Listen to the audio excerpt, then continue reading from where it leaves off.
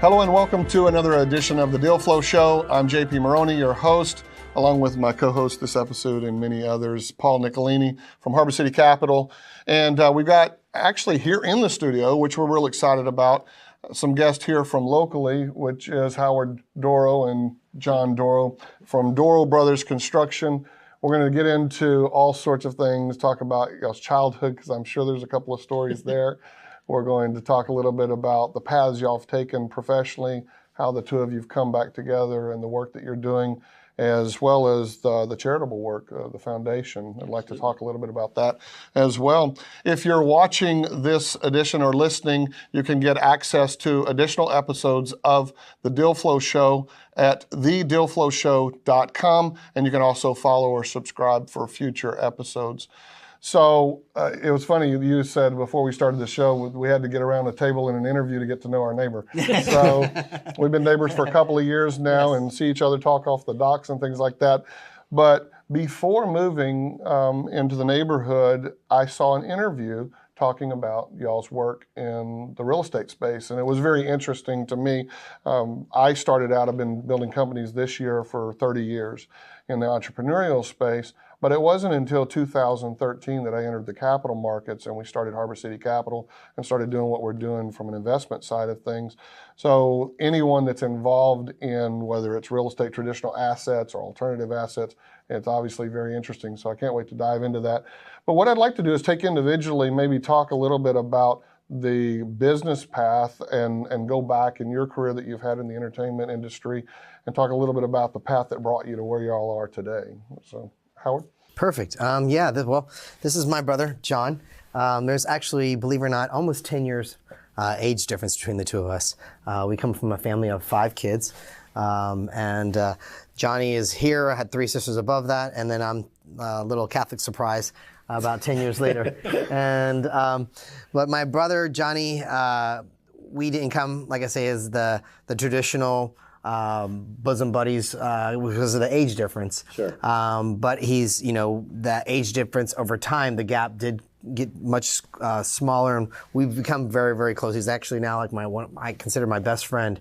Besides my wife, of course, I have to put her name in there as well. If not, I'll get in trouble. But he's just kind of guided me along with just the age that he's, having that many more years on me, and just kind of, just kind of mentored me to a point of, finding my path, and not only being as a musician, but also understanding it's show business. And business is something that my brother has always been very hand in hand with me and helping me to craft my business, to make sure I don't put all my eggs in one basket.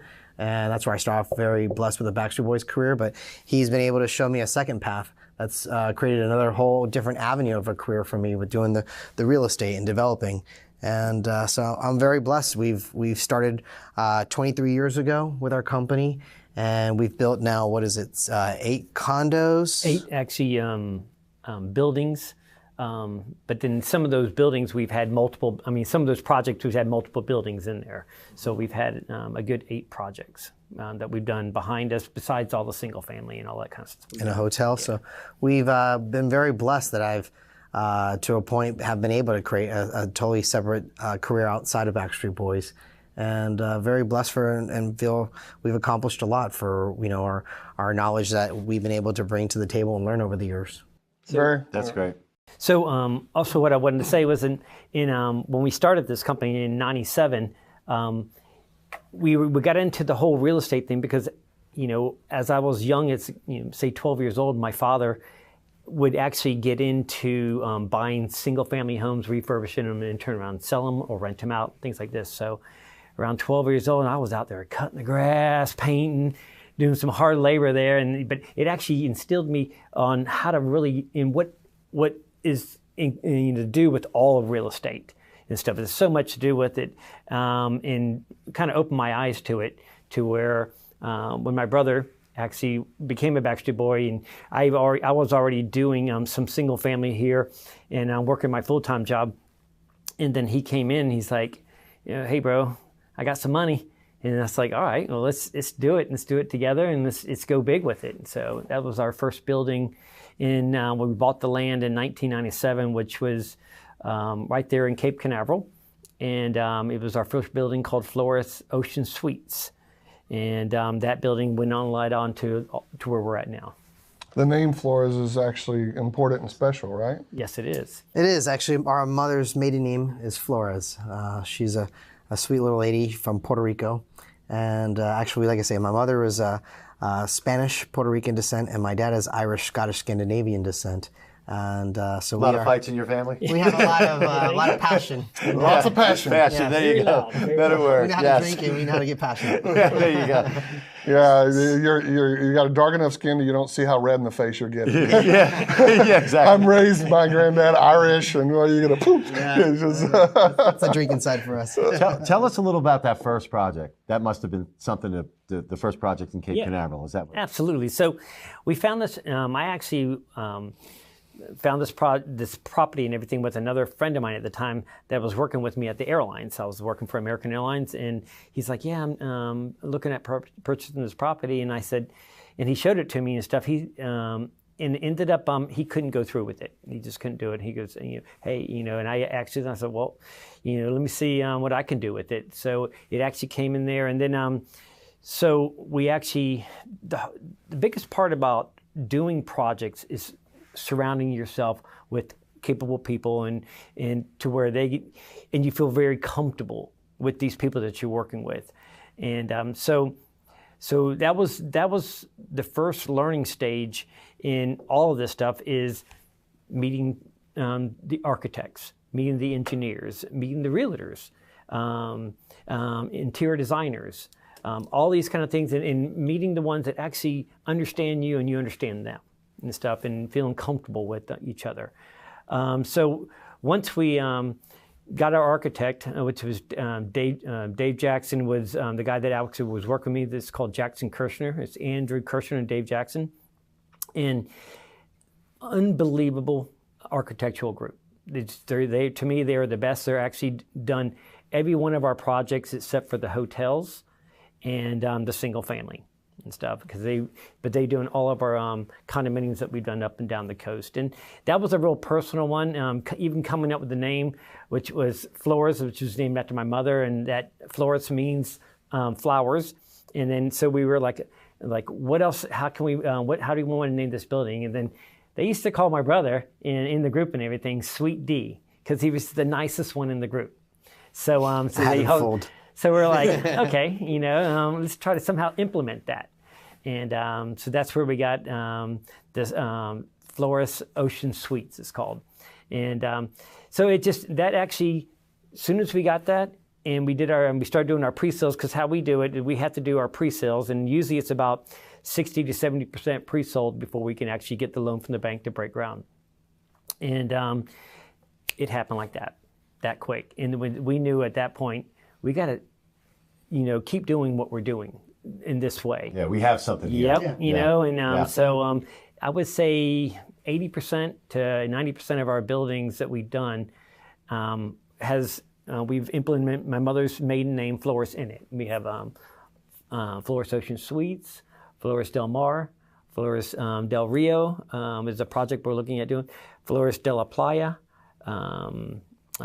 Flores de la Costa, and then we've had a couple other ones that we've done when it comes to buying into other projects, or another partner being involved there, and it already has a name to it, like the Mediterranean and New Smyrna, and in the one that we're actually working on now, which is our favorite, is called the Surf at Cocoa Beach. So it's interesting you applied the brand. I don't think in all the episodes that we've done, anyone's really focused on talking about the importance of building the brand side of it, because we work with a lot of deal makers and they have a variety of different deals. So on the brand concept, is there a culture or an underlying theme beyond the name that y'all have brought to these in terms of the kind of people and the company that you're creating underneath that banner?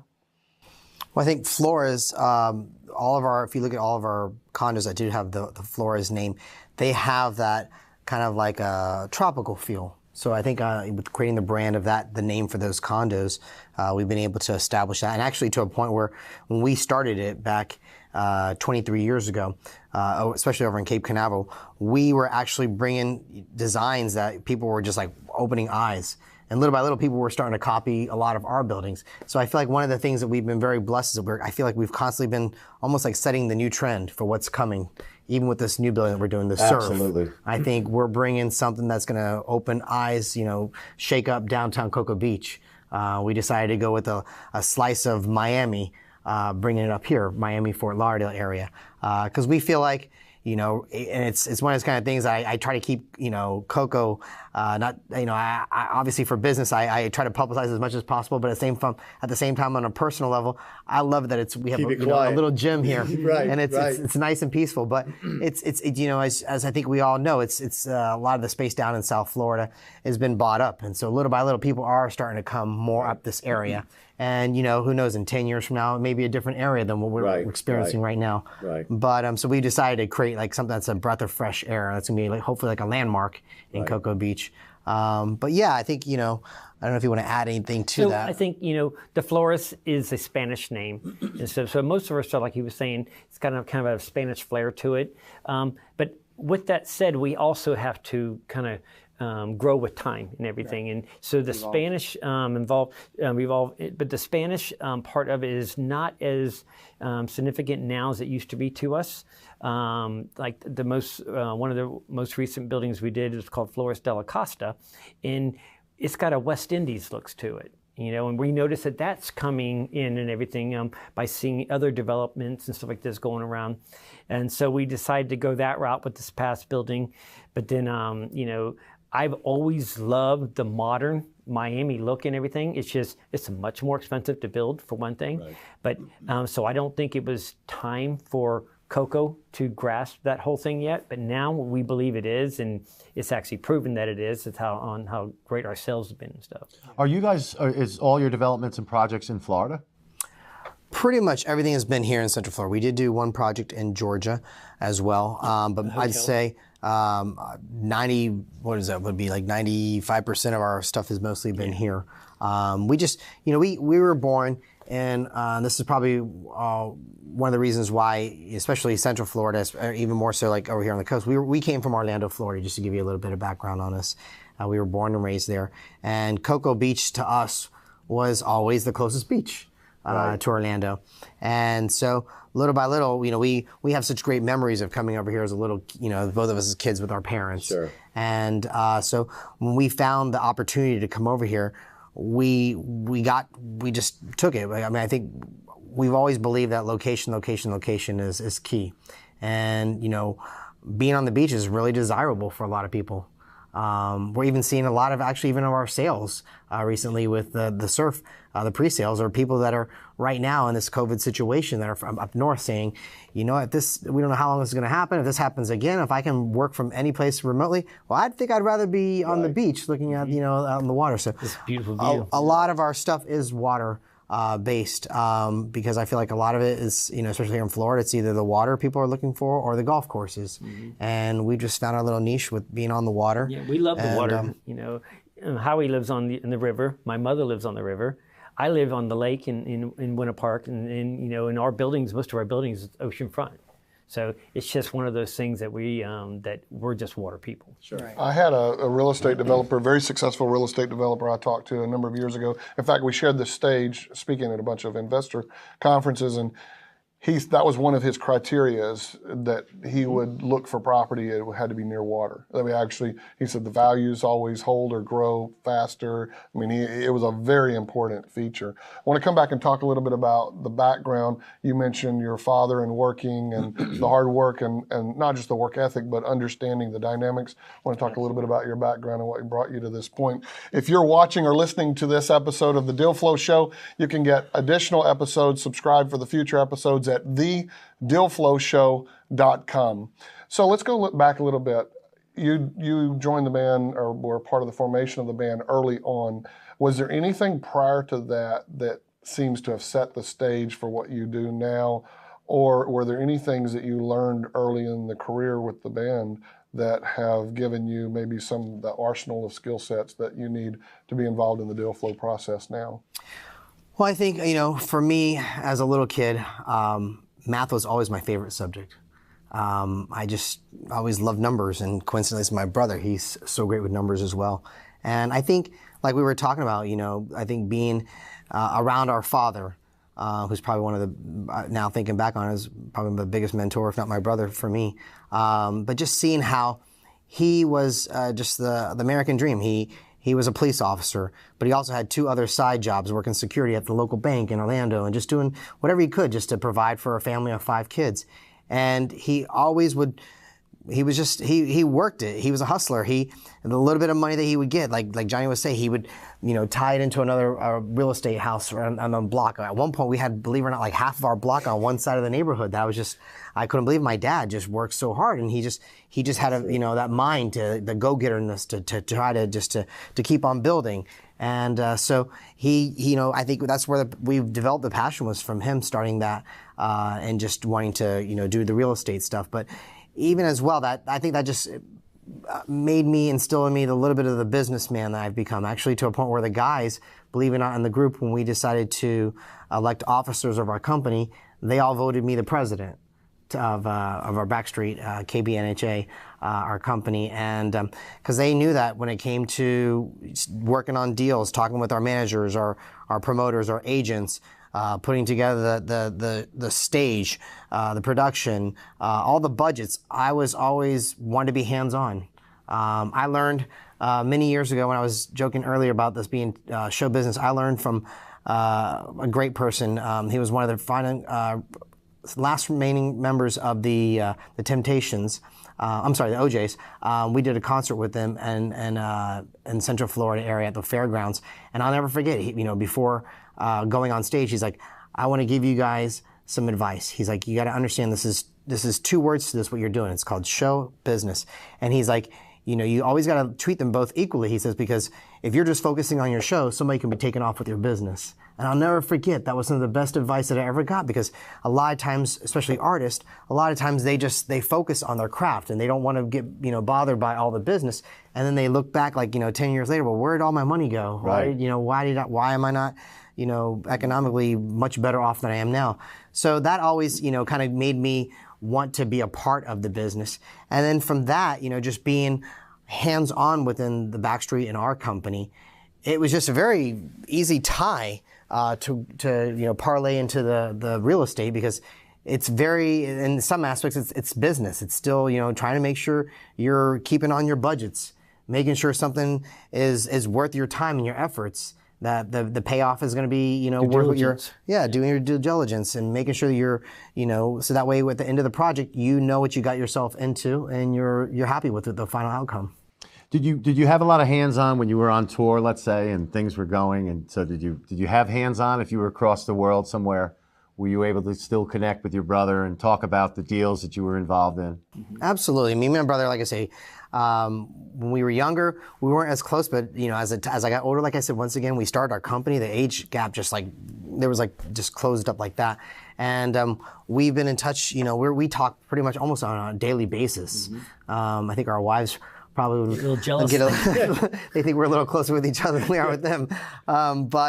Even when before modern technology, we were always, in communication over the phone or email. Have him come out. He's experienced a lot of great experiences with me all around the world, and a lot of that was I had the excuse with my other brothers and sisters to be able to say, well, we have partly some business to talk about, so that's why he's coming out. Right. He's the chosen one. Right. No favorites then, right? Yeah. And I would try to always, keep him involved in everything, because he's the main partner on this whole thing, and I think his input that he has from being this international star and everything is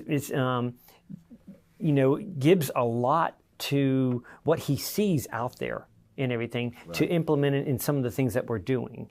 And he's got a great eye on when, from going into different places and stuff like this, from hotels and just all kinds of the architectural differences everything. of It's the just world ridiculous how much he actually sees in his life and what he saw in his life, that and how much some of that that we actually can put into these projects that we're doing. Yeah, that's a good point.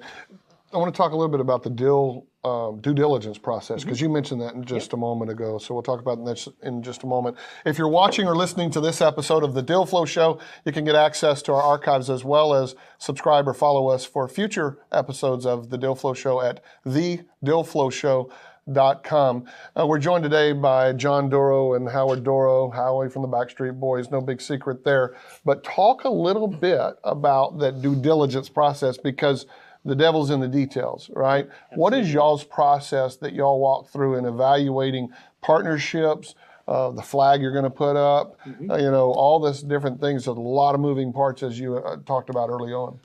That's could be another whole show and everything. But the due diligence is a huge thing. The market analysis, it has to work. If it doesn't work, then you got to go to look at something different or just pass on it. Whether it's doing a hotel and making sure that hotel can get the capacity in the ADR that we need, average daily rate, is a big part of whether you can do that or not. Whether how many units or something you can put in a building. Also, based off the zoning and just so many different things. And like we said before, when it comes to our due diligence, we love water. So it's either we want to see water, or we want to be on the water, or we want to be in the water, one or the other. So that's got a lot to do with what we do, and then having the right people around you to having our realtors to make sure that she can sell these units at this price range that we need to get from us doing our financials on this and everything, is a big part of it. Our hotels that we do are by the port. We know that as long as this port is going to be there, the hotel where we're at and everything, we actually have the closest hotel to the port and stuff. So that's, we've always kind of ran with that. But that meant a lot. And I remember when I first saw that piece of property, I was like, this thing's for sale. We need to get this property. It's gonna explode over here eventually. And at that point, I think we were like fourth when it comes to the port. Comes the people flowing through the port and the cargo and stuff. And now I think we're on two to Miami. We're second to Miami. So that meant a lot. And then when it comes to our single family. It's, location. It really is. We grew up in this downtown area, which was a great area and everything. So after we left that house and stuff and my parents moved away, we bought up all the land we could around there too. And sure enough, they all were sold, as soon as we had them built, they were gone and stuff. Same thing in our Winter Park areas where we do our single family. And that's a lot to do. When it comes to doing your homework before you actually do a project, which you have to do. So that, to me, that's the number one thing, due diligence. You talk about surrounding yourself with the right people. Being that you guys generally do the projects locally, are you using the same subcontractors for all your deals? Most of it, yeah. Not always. Some people, some of them retire. Right. Back in 2008, when everything kind of took that crash and everything, a lot of them, got out of the business and stuff. So back in, when did we start this last one? I think it was about 4 years ago, 4 or 5 years ago, we actually had to bring in all new people and everything. And what helped us out with this is we were building Howard a house over in Brevard, and getting to know different contractors, getting to know, the new realtors and stuff like this, which we have. Chris Burton is a great contractor here in Brevard County. Alyssa Boyd with Sandella Realty, which is to her, she's just been doing an unbelievable job for us. Jackson Kirshner Architects, our engineers from Girding. Girding Engineering is one of the biggest and the best around here, especially when you got to do pilings. Because when you're doing a project like this, it's all about your foundation. Going down, right. It's all about, right. What you're building down there has got to be perfect and everything before you can go up and stuff. So, and doing oceanfront stuff or in hotels over here and being in this climate where we're at, but the hurricanes and like this, it's the number one thing to get going. We had an attorney on the show last week, I guess it was a contact of Paul's, and she was talking about that in the private equity space, there's been quite a few of these guys that had PE funds that were mainly for new construction that because of the COVID and the opportunities that are coming up have shifted to distressed and rehabbing and growing the asset there. Do y'all have anything in the plans, or is that completely off the table for y'all? Have y'all looked at distressed, being able to go in and apply your magic to something that already is sitting there but maybe needs a facelift? You know, we've done some things when it comes to that. I don't think that's really the way we actually do things. Luckily, we have a Backstreet boy. So when it comes to a lot of this kind of things, especially when it comes to the financing part of it, there are some properties that we actually got into, whether they were distressed assets and things like this, or foreclosures. And Darlene. Darlene was one that we actually bought this house. Beautiful house over there off the Butler chain in Orlando. If anyone knows that area, that's where, you know, it's just very an desirable area. Sure. And that happened in 2010. We actually got that one, and that was one of the first projects that we've done since the '08 crash. And it was totally distressed and everything. But when it comes to that financing, Backstreet wasn't doing all that bad. They still were just kicking it out and everything. So we've been able to self-finance a lot of these different single family especially. And we would go in there and we totally took a 6,000 square foot home, and it was gutted. You know, somebody got out of this whole thing, gutted it out, and we just came in there, you know, and just put it all back together and made it better than what it ever was, and did very, very well on it. So those have been a lot of fun. Where do y'all see the market over the next 24 to 36 months as a result of some of this being affected, especially the areas you operate in? Well, I think when it comes to single family, I think the market's not going in. I think we've seen it actually increase. When it comes to the condominium stuff, the multifamily stuff, it's done very well for us. We're already, have all our pre-sales that we need and stuff. So that's actually been doing really well.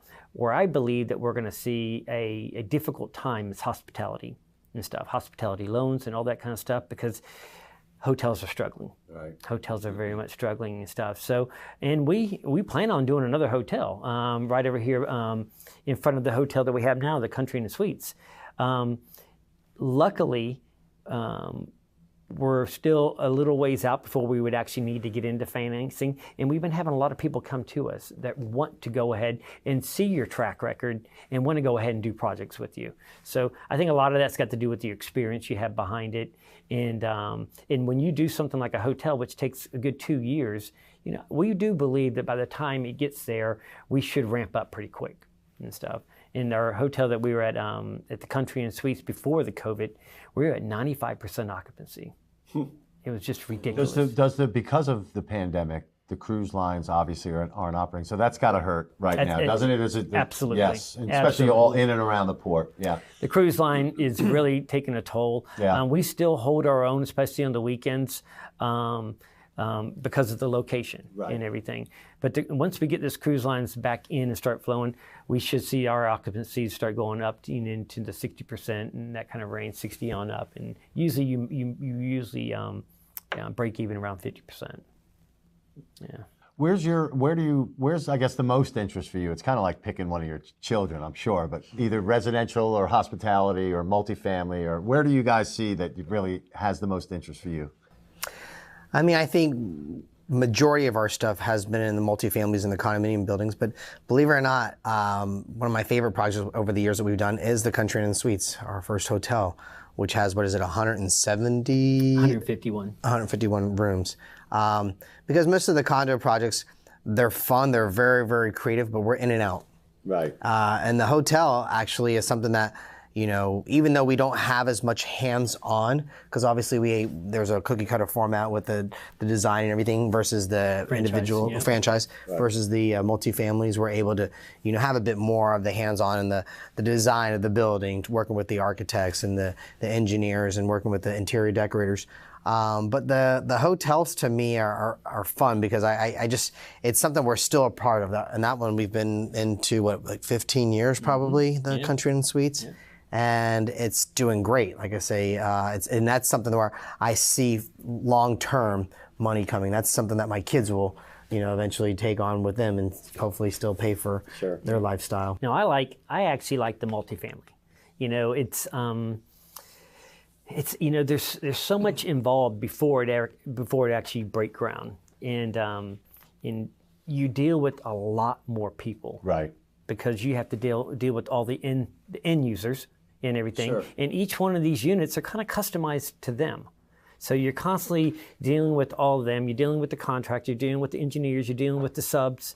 There's a lot more people that you're dealing with, doing our weekly meetings that we do, which I always enjoy to see how things are progressing and stuff. So I actually like the single family also, but the multifamily to me, I get to see so many different avenues of it and stuff. So I enjoy that. You mentioned two aspects. One is the financing. Having a name and recognition has helped. Has there ever been a case where being in the entertainment industry, people look at you in a certain way and you go to the deal table for something like this? Has that ever hurt?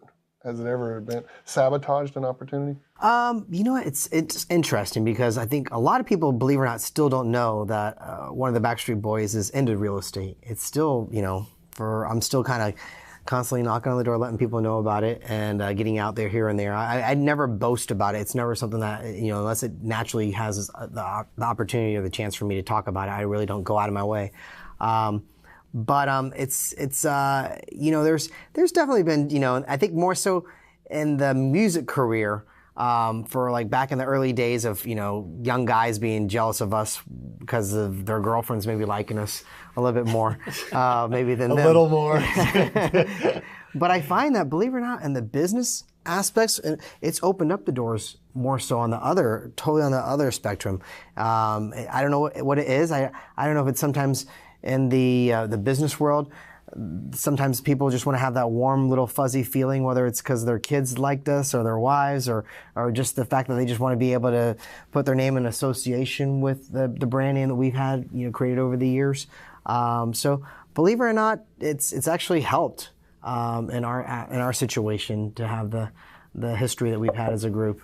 Yeah, you keep doing that, by the way, Mr. Irish over here. So I'm very blessed. I'm very grateful. Well, no, and I appreciate that because a lot of people, you said, show business to have longevity as a group is a true testament to not just your ability to churn out good music, but to be able to do good business. And so that's obviously important. But y'all do have a new album. Let's talk a little bit about that, but talk about the comparison over, how many years now? 27 years. 27 years, the difference between this album and the first. And give us a little insight. There's a lot of history that's happened between those 27 years of the first album.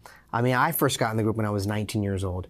I was so bright-eyed, bushy-tail into this whole thing. I was, coming out of Orlando, Florida, trying to break into the business at a young age, and I decided at the age of like 7 years old that I wanted to be an entertainer, and I went through. Just coming out of Orlando and obviously Orlando not being New York or California, just trying to do a little bit of everything you could just to get your name out there. So I would sing, dance, act. I had so many close things I got close to being in at one point, close to being in a group called Menudo, which Ricky Martin was really famous from. And I also got very close to being in the Mickey Mouse Club when they refranchised the whole brand again later on. And it's one of those things that I constantly just kept on pushing, just trying to get my name out there. And, I've been blessed that, I was, all the cards in the stars, all aligned for me to have this lottery ticket that I got and, starting the group, the Backstreet Boys at 19 years old. That was my big break for me. Never knew exactly where it was going to go. If it was just going to be like a, one hit wonder, exactly, one record. If we were blessed, hopefully get signed for a record deal. Sure. And next year we got signed, and we just were very blessed. I mean, we're now 10 records strong. But our first record we were so, wet behind the ears with knowing, what we were getting ourselves into. We were just young kids. I mean, a lot of us had, it was like our biggest break. Some of the guys hadn't even been in the industry. Right. Two of the guys, Kevin and Brian, they were from Kentucky, and Brian literally got picked right out of his high school, 11th grade. His older cousin, Kevin, who was part of the group, said, "Hey, we're looking for a 5th member.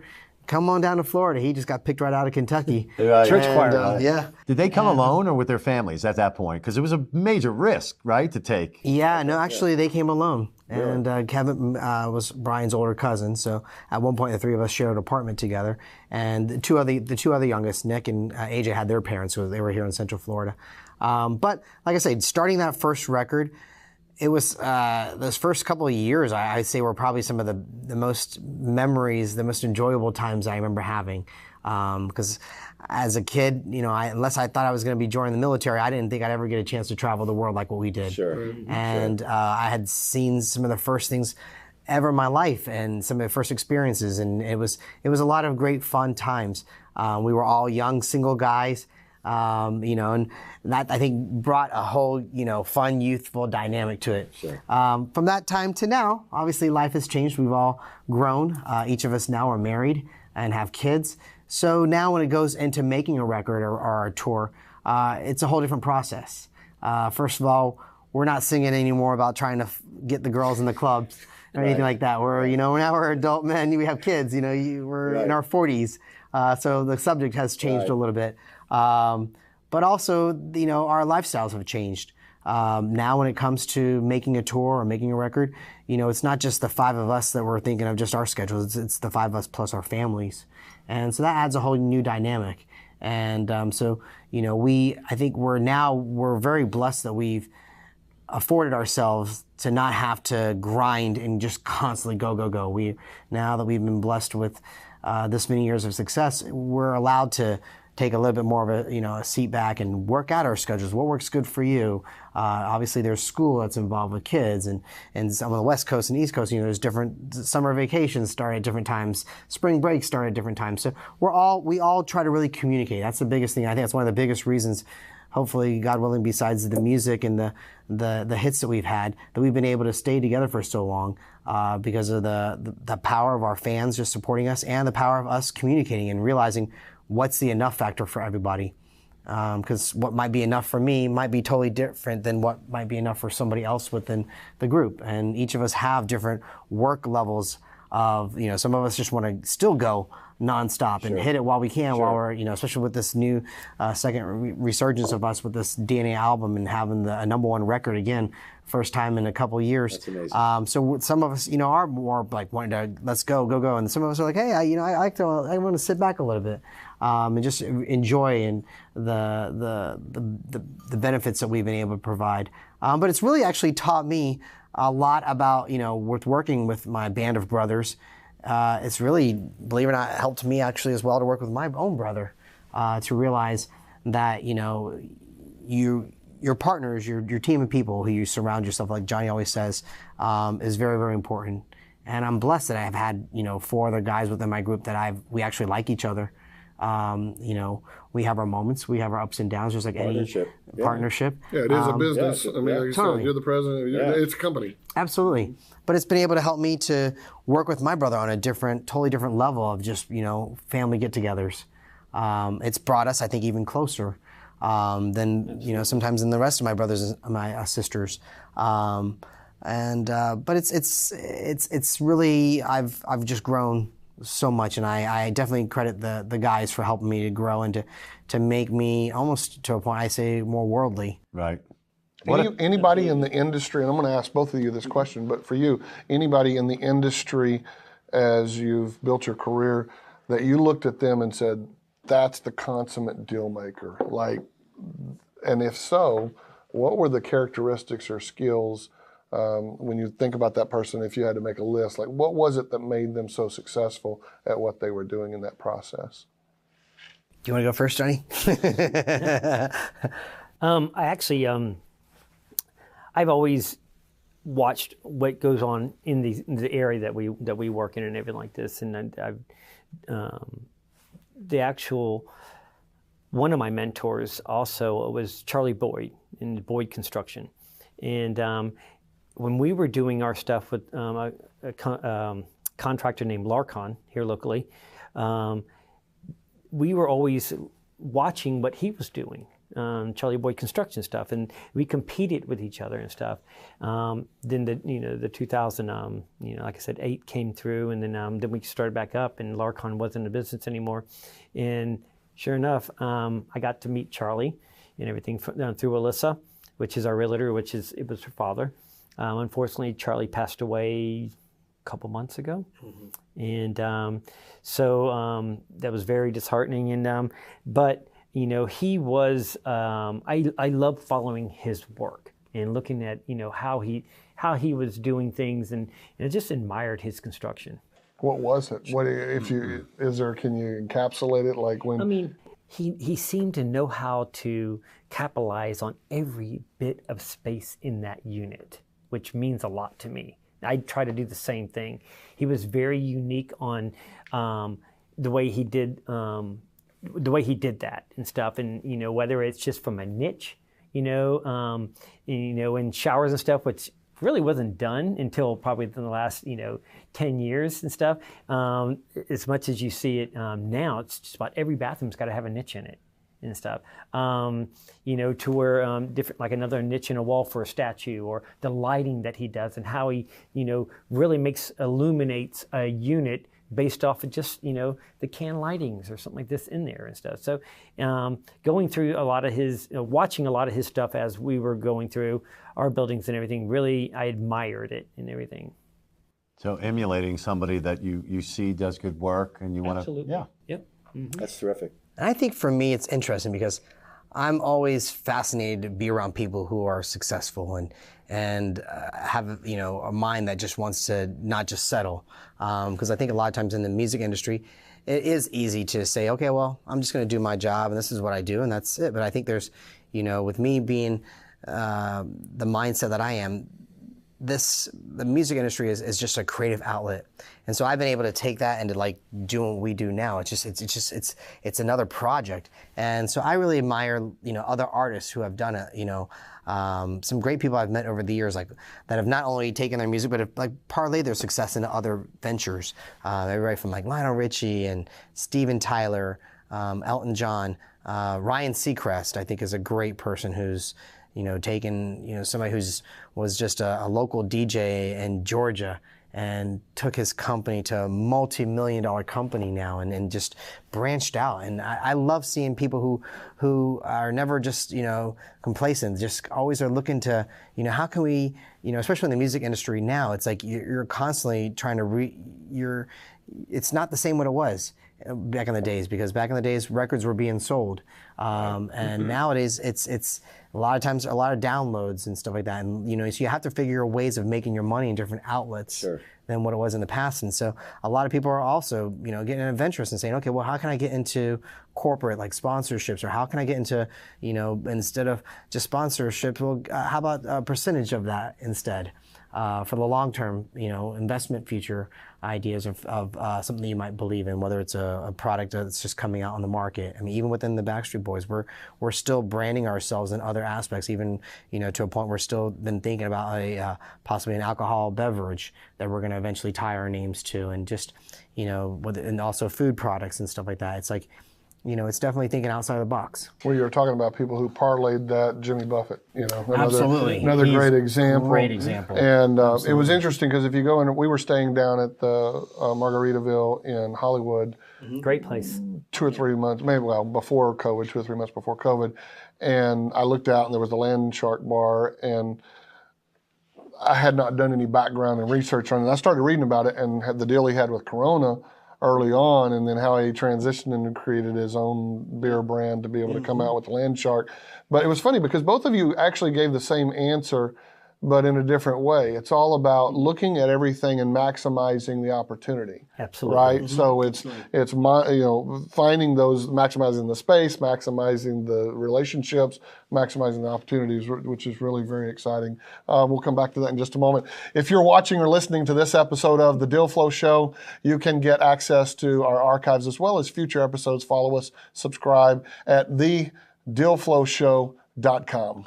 Paulie, I know you're itching to ask some questions. No, well, I wanted to say what a testament to the Backstreet Boys yourself for that many years to stay together as a group and to respect each other, check your egos, right? Because otherwise, in your music business, how many times you see bands that could have made it for 25 years that couldn't stay together? Absolutely. I mean, we were definitely, it's public knowledge. We didn't grow up together. Obviously, besides Kevin and Brian, who are cousins from Kentucky. I did know AJ, actually, who's coming up, going to be on Dancing with the Stars, so we're all really proud of him, rooting for him on that. But I did know him a little bit from the Orlando entertainment scene, just at auditions and stuff like that. But we were put together. And, that's not always the recipe for the easiest success. Like I said, we didn't grow up each other. We didn't, practice in a garage, even though we practiced eventually in a garage at the band house. But like we weren't, having our parents help us out, and but with that, we had to really learn to get along, to bond with each other really quickly, because once we got together, within I'd say 6 to 8 months, we were traveling overseas and had got a record deal. Actually, no, I'm sorry. Before that, going overseas, we were on a bus in the States, traveling all across America, going to high schools and middle schools, performing for kids that didn't know who we were, didn't probably really want to know who we were, but they were forced to go into assemblies and hear to listen to a bunch of boys jumping around, singing and dancing. Right. But we developed a bond. And there was times that, we could have easily gone our separate ways. I mean, it's public knowledge. We had lawsuits with previous management, record label. We've had some internal issues. But I'm very blessed because it could have gone easily, like a lot of other groups, like you said, that just said, I don't want to do this. This is not for me. My piece. When Kevin left the group. Yeah, even when Kevin actually took a break for a second, and it wasn't like a bad break or anything like that. He just decided he wanted to do something different. And the rest of us could have easily said, you know what, we're done. We've had a good run at this, but the four of us, kept on going. We held that torch and kept on, running to the finish line as fast as we could. 2 albums Bill did? Yes, we did 2 albums without him. And always kept the door open for him. And when he came back, it was always, we were meant to be as the 5 of us. We were suggested to replace him by management, by record labels, and we just always felt it wasn't, the bond wouldn't be the same, was having a new member coming in, filling in for Kevin. So instead, I just took the rest of his parts in the show and just sang his parts. But it definitely. Hope the money was commensurate too. No, I didn't get his extra pay. No, unfortunately, I wish I could afford.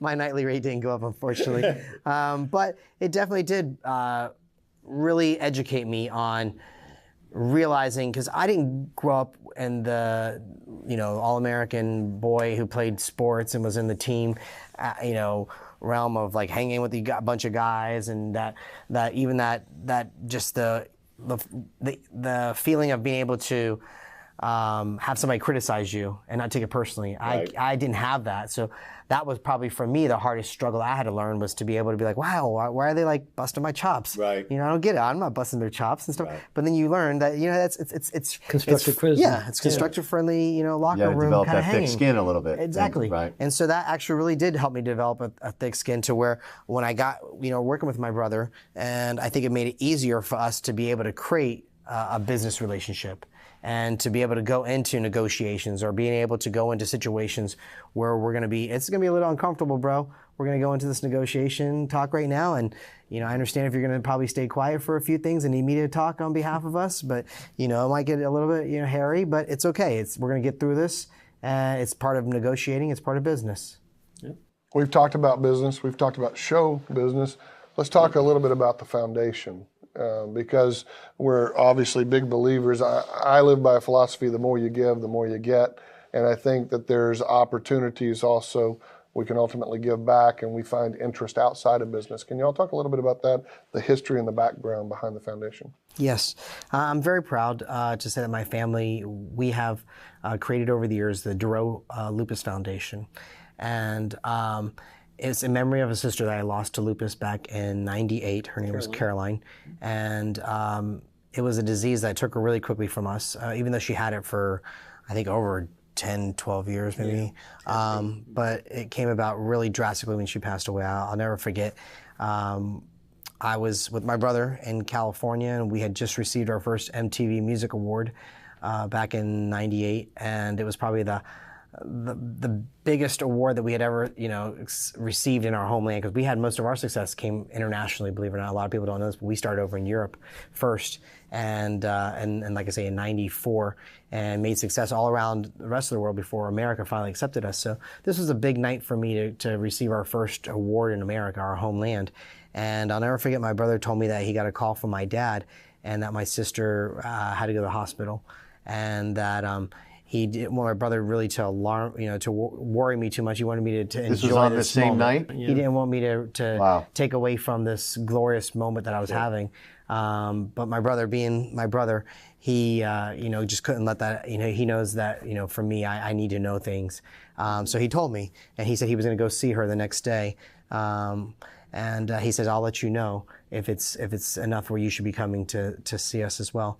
And so I went through that next day, and then the following night, I got a call in the middle of the night saying, you need to get on a plane the next morning as soon as possible. And I went to see her, and unfortunately, she had already passed away at that time. But we decided at the time, our fans, and this is probably, like you say, probably at the height of our career, if not right before, but it was enough where we had a huge fan base around the world. They kept on sending so many flowers to our house, and our house turned into like a florist shop. And so we decided, we were very, very grateful for the outpour from the fans, but we were trying to figure out how can we turn this negative into a positive situation. Yeah. And so the local hospital in Orlando, Florida Hospital, reached out to us and said, if you're interested, we could definitely help you, because I think at the time we were giving money to that hospital because that was the closest hospital to us. But they didn't really truly have a lupus research center, but they said we could help you to turn this into something of maybe creating your own foundation. I would have never thought that I would have my own foundation, but it felt right at the time. I was able to parlay and use my status as the success of the group into having those opportunities to have media ask me, about this hush-hush disease that really was at that time was really, really hush-hush. It's now become way more on the map. But at the time, nobody knew about it. Nobody knew how you got it or how the people live with it, who had it. And so I'm very proud that we were able to raise a lot of money. At the time, we were giving most of our money to UCLA's Research Center. And at one point, we gave a check to them over $500,000 that we had raised. And it was definitely, I give credit to all of our fans. It was a fan club / charity. They wanted to just support me in whatever they could. And they knew I was putting on, charity concerts. I was doing anything we could. We would do a family cruise, anything I could do outside of the Backstreet Boys just to create an opportunity for my fans to come and be with me. And they were just gracious enough to want to pay to come out and give donations and stuff like that. And so we did very well. It was a good run. Yeah. We had a really great run with it. At the time, unfortunately, once we got to a point where the market crashed, our fans could barely, let alone buy our own records, decide to really constantly contribute. So we've, at this point, the doors have been closed on it, but we still have the 501c3. Mm-hmm. And so one day, possibly, when the timing's right, if we open the doors, I would be glad to. In the meantime, I've been giving a lot of my time and efforts for lupus to Lupus LA, which is a foundation out in California that I was a part of their first event that they ever did, and have been supporting them ever since. As well as I try to do what I can here locally in town. I'm a part of the King's board, the King Center. And I try to do whatever I can to just give back, here and there when I can. Because, I've been really blessed. And so for me, it's about giving back when you can. Absolutely. If you're watching or listening to this episode of the Deal Flow Show, you can get access to our archives and subscribe or follow us for future episodes at thedealflowshow.com. Any business activities outside of the work that y'all do that others wouldn't know about that you'd like to talk about? Any other projects or things that y'all are working on? Besides our own homes, it seems like I'll never stop having a project going on there. That's called the honey-do list. Right? Yes. It's been a big one this COVID What about time. the next project that's now on the horizon for Doro Brothers?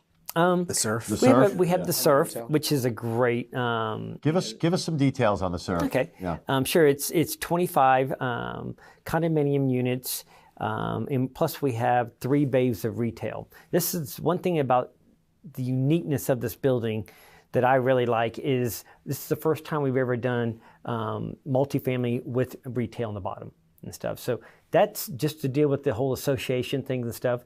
It's been a different animal to us. But it ends up being a unbelievable project for us to do. We're very, very proud of it. And we look forward to actually really bring in some good retail, whether it's a restaurant or I don't know, it could be massage or whatever. It could in those retail spots, and it's a great, great location. You have to drive by it. There's people walking up and down there on the beach all the time. Yes. So we're really looking forward to that project. So that's the one that's in the horizon, the most recent horizon at this point. Plus we have these townhomes that are across the street from Flores de la Costa that we just finished and everything last year that we're looking at going ahead and building them up and possibly doing VROB with it and just keeping them within our company. We also have the hotel in front of the Country Inn and Suites at the port there that we're looking at doing another 150 rooms. It's got to be. That's what the city requires, a minimum of 150 rooms in that area. And then there's another property that we have in Titusville that we're looking at doing some more condominiums, and those are going to be more of a river view and the best view of the launches going up from the Cape. Right there, we have a great piece of property there and a couple single-family homes there also. And that project will have 50 condominiums. So we got about $60 million worth of projects going to be going up. Yeah, so just spare time work. Yeah. Right? 60, 70 million, yeah. We have obviously a diverse audience that watches and listens to the Deal Flow show. What kind of people would y'all like to hear from, or people that might want to do projects with you, or what are the kind of folks that you're looking for to continue to grow y'all's business?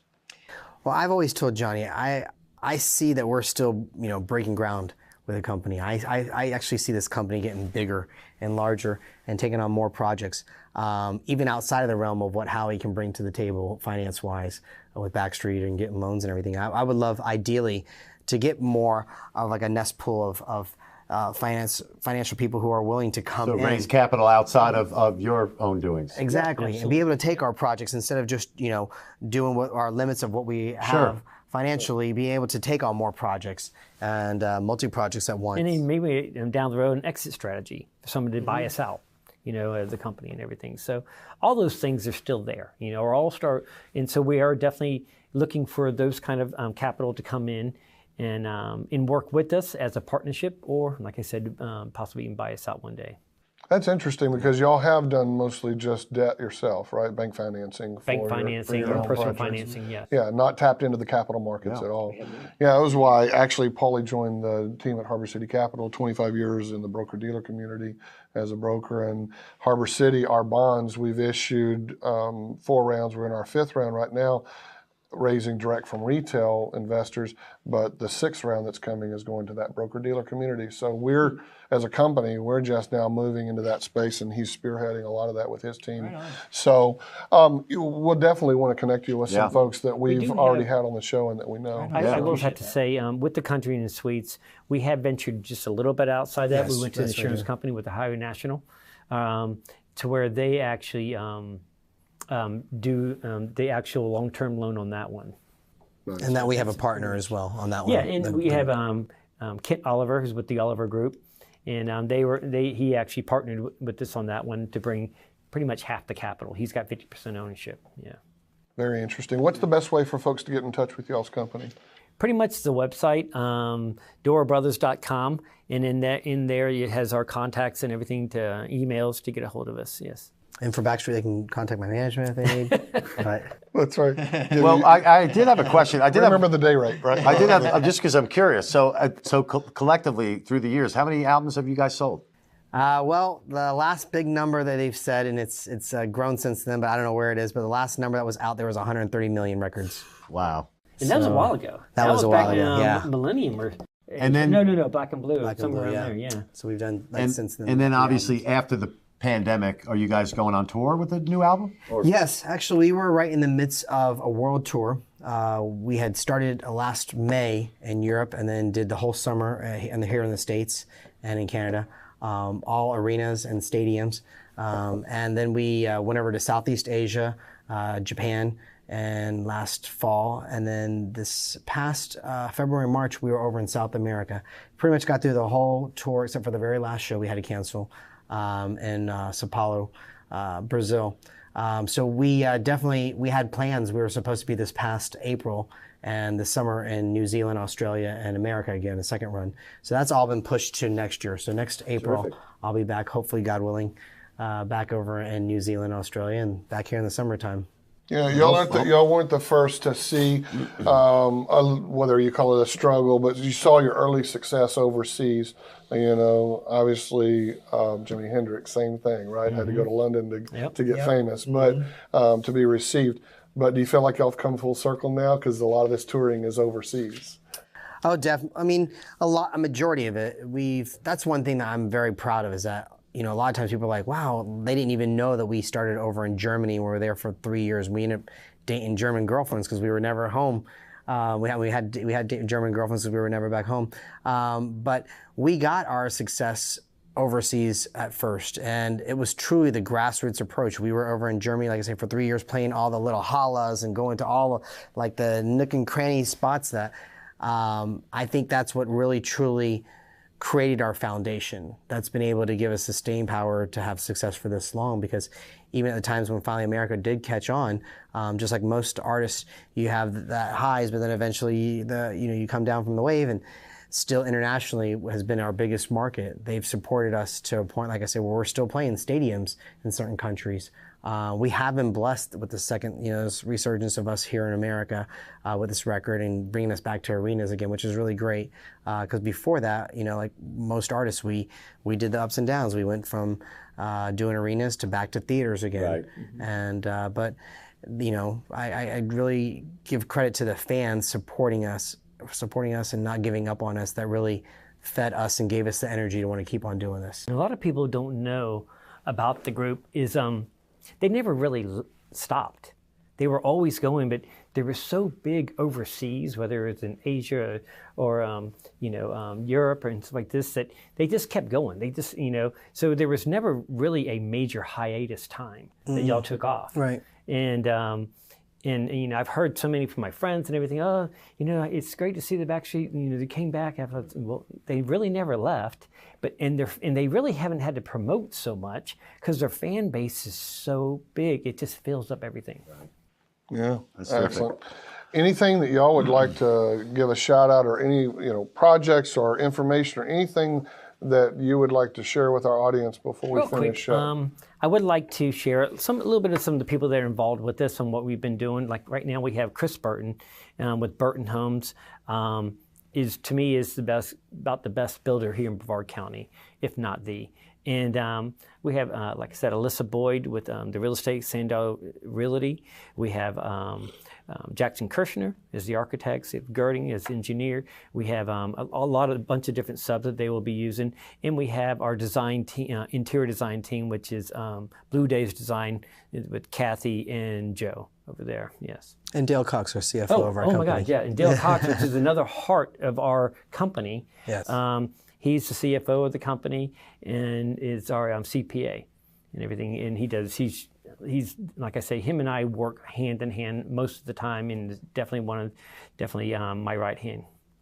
Well, I'm glad we finally got to a table together. Yeah. Hopefully the next time we'll have a couple of glasses of wine. Both of you guys. And a nice big steak. And the team, and the rest of the team here. Absolutely. That's what you guys. Once again, this is the Deal Flow Show, and this is my co-host Paul Nicolini, John Doro, Howard Doro, Howie D, and Sweet now D. Sweet D. Sweet D. It's stays just, here, okay? Yeah. What happens on the Deal Flow Show stays on the Deal Flow Show. You can get access to our archives as well as subscribe and follow us at thedilflowshow.com. dealflowshow.com. And also, if you're out there, they gave out the information for their website. Look forward to hearing from anyone that is interested in talking about projects or partnerships or things that you might work together. We'll see you guys in another episode very, very soon. Take care, everybody. Thank you. Bye-bye. For more episodes, visit thedealflowshow.com and subscribe.